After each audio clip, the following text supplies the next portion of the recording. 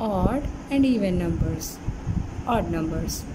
The number whose last digit or unit place digit is 1, 3, 5, 7 and 9. Odd numbers वो numbers होते हैं जिनकी last digit या फिर यूनिट प्लेस वाली डिजिट में 1 हो, 3 हो, 5 हो, 7 या फिर 9 हो।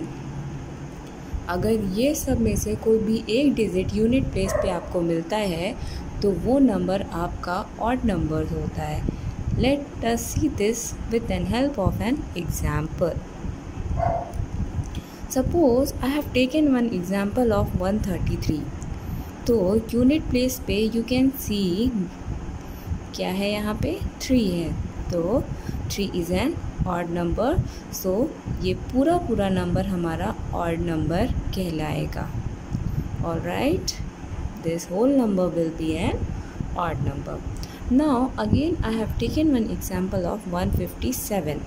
Now at unit place there is 7 which is an odd number, so 157 will again an odd number.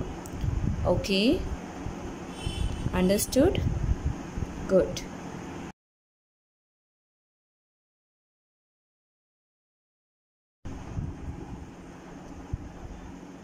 Even numbers.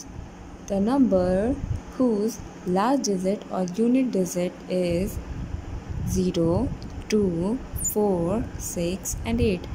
ऐसे नंबर जिनकी लास्ट डिजिट या यूनिट डिजिट में 0 हो, 2 हो, 4, 6 या फिर 8, इनमें से कोई भी नंबर अगर यूनिट प्लेस पे होगा तो वो नंबर हमारा इवन नंबर होगा। That number will be considered as even number.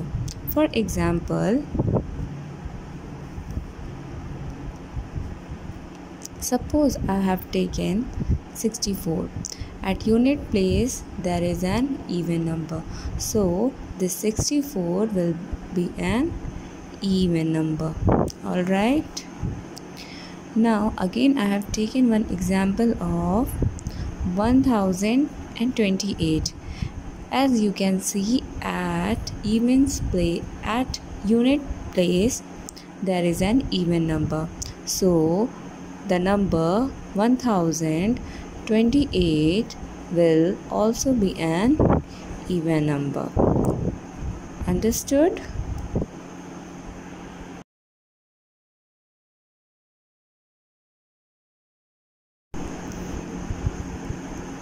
Roman numerals. The system of numeration followed by Romans is called Roman numeration. ठीक? Roman numeral system uses only 7 symbols. Roman numeral system जो होते हैं वो 7 symbols use करते हैं कोई भी number को फॉर्म करने के लिए। In Roman numerals there is no zero. Roman numerals में कोई भी ज़ीरो नहीं होता है। ओके, तो अभी हमने 7 symbols की बात की थी, तो let us see what are the 7 symbols. These are I, V, X, L, C, D and M. What does this I represent? In Hindu Arabic numerals, I represent 1, V represent 5, X represent 10, L represent 50, C represent 100, D 500 and M 1000. So, to form any number, we follow certain rules. So, let us see some of the rules. Rule number 1 says, when a smaller symbol is after a greater symbol, it is added. जब कोई smaller symbol, इसमें से आप देख सकते हैं जो ये सारे smallers हैं, whether these are greater symbols. ठीक, आपको एग्जाम्पल से और क्लियर होगा। So let us see. When a smaller symbol is after a greater symbol, it is added. जब कोई smaller symbol बड़े symbol के बाद में आता है तो वो दोनों symbols को हम add करते हैं। Alright, suppose I have taken one example of V and I over here. So I क्या है यहाँ पे? I is an smaller symbol. Alright, and V is an greater symbol. अभी हमने जस्ट पढ़ा कि अगर ग्रेटर सिंबल के बाद आफ्टर अगर कोई स्मॉलर सिंबल आता है तो हम वो दोनों सिंबल्स की वैल्यू को ऐड कर देंगे. तो V stands for 5 and I stands for 1.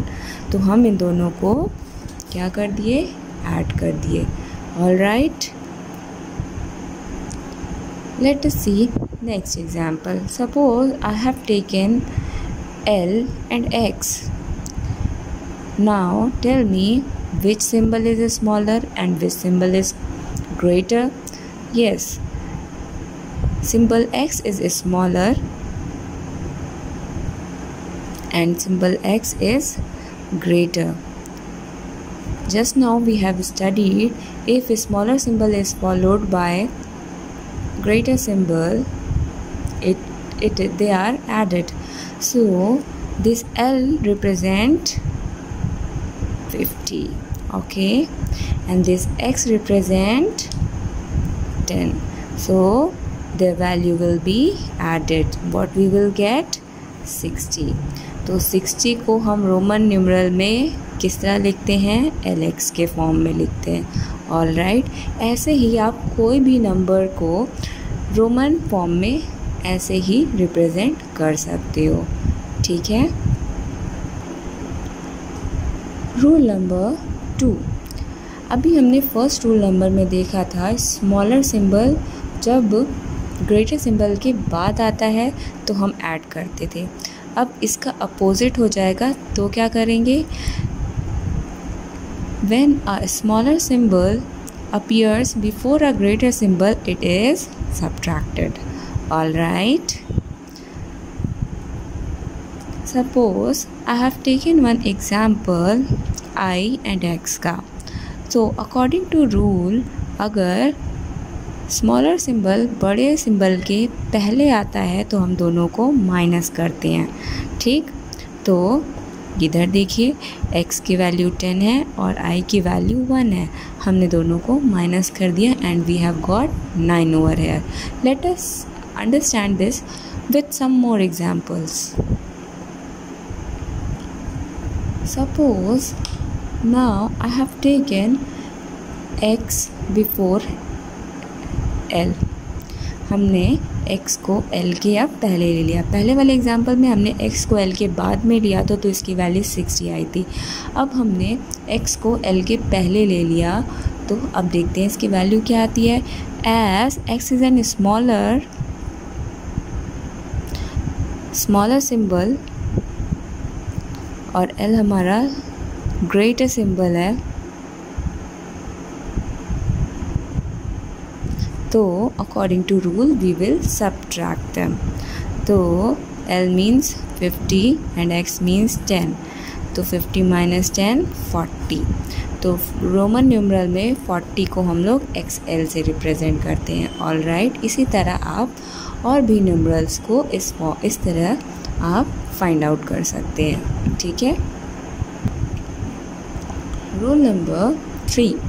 Rule number 3 says if a symbol comes after itself, अगर कोई सिंबल अपने ही बाद में आता है, मतलब अपने आप को ही रिपीट करता है, तब भी हम लोग क्या करते हैं? ऐड करते हैं उसको. जैसे suppose I have taken I and I. This I is been written 2 times.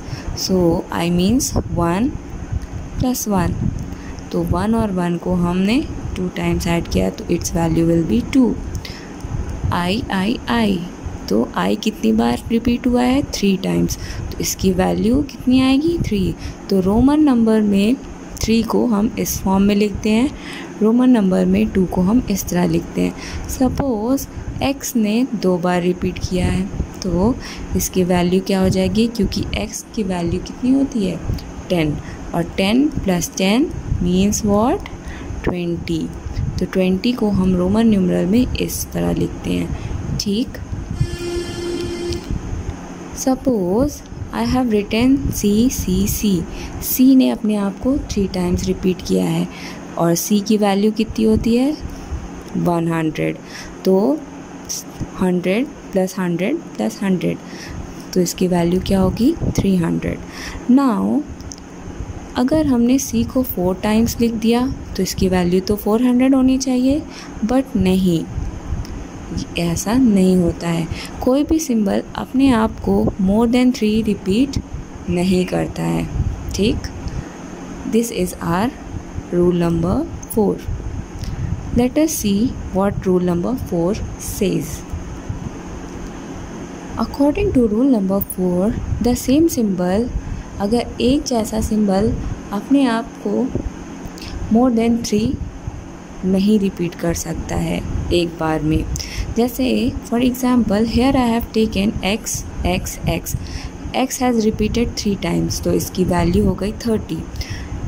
C has repeated itself 3 times, तो इसकी वैल्यू हो गई 300।